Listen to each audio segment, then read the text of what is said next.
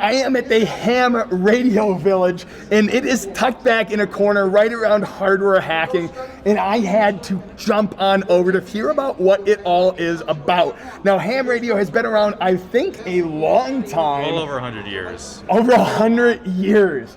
But specifically at the Village, can you just tell me a little bit about, like, what is ham radio? And I know that's, like, all big conversation, but, like, technically, like, what is it? Like, AM, FM radio type of thing, or...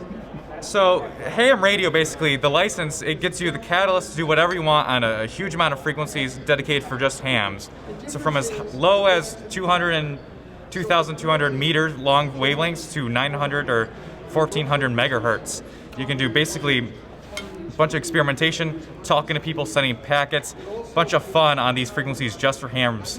And yeah, you can do frequency stuff without a license, but with ham radio, you can do a lot higher power stuff, so you can get farther and longer distances and have more fun. So like you said, like frequencies and things like that, it's all talking, right? Like I'm gonna tune into my frequency and I'm gonna broadcast my voice across for other people to hear? Yeah, well, so you can't talk to people. So like with stuff like a handheld, you can talk to people in your local area, or with using repeaters, you can go farther. But there's also digital modes and packet modes, such as APRS, which can beacon locations to be seen all around the world.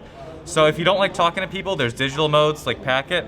And if you like talking to people, sweet. And there's also experimentation stuff too, like drone pilots who do FPV racing. They use 900 megahertz and a ham radio license to be able to fly farther because they can transmit at higher powers with the license. Oh, that's so cool. So it's not even just like just for talking, but there's like you can use your frequency for whatever you want. Mm-hmm. So at the Ham Radio Village, like when it seems like there's a ton of people in there just talking as a community.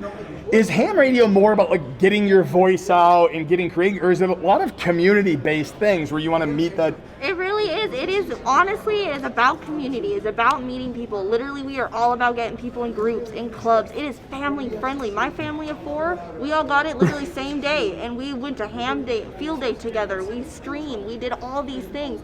It is about getting to know your community. It's also about getting to know people around the world. This is an international thing. So like, how far does ham radio go? You said it's international. It's international, yeah. If the government is okay with it, and in other countries, you can stream to anybody. There's these free softwares online you can get on your computer. You can project to anybody around the world if it's okay. That's so cool. Now, like with so many people going in, I see another room which is ham radio exams at DEF CON. You can study and actually like get your ham radio license? Absolutely. Yesterday I had a study chain of 90 plus people for 3+ hours. They were helping each other out. I was getting them registered and they were popping in, and I get people walking out. I'm a general. I didn't even think I could get tech. Oh, it's so cool. Like, it's so easy and fun. Oh, that's awesome. Like, what are some of the coolest uses of ham radio that you've seen? It really depends on your use case. And if you like talking to people, you can talk to people from all around the world. A couple weeks ago, I talked to some folks in Cuba, down in South America, and Saudi Arabia. Or you can just send messages through APRS or modes like BPSK31, which is basically texting using ham radio. And you can just talk to people all around the world, see how the weather is there, or spread information. And there's so much experimenting you can do. Everything in ham radio is done by hams and for hams. It's very much volunteer-based, so it's catered just towards hams, this whole community. That's so cool. So like, last question, which is, if they come to DEF CON next year, how much does it cost to get registered and go do the exam? It is free 90 free, honey.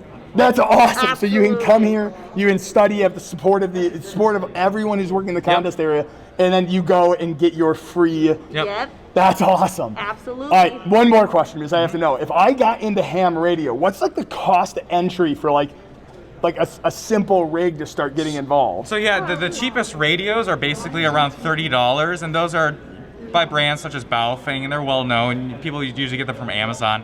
And then from there you can get more expensive handhelds. They start at around 60 to 100, and the next price bracket is around 200.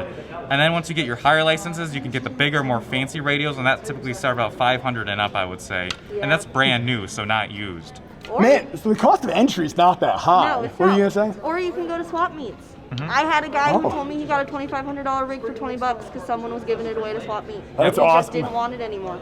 I mean, one thing we find out within hardware is like, tends to people, the passionate people keep upgrading, love giving away their old stuff. Absolutely. Hey, thank you so much for your time. Like, this is so cool. Like, something we're always talking about is like better communication, farther communication, and at DEF CON 29. We were talking about Don't Stop the Signal. So, like, had to come to Ham Radio. Oh, yeah. Thank you so much.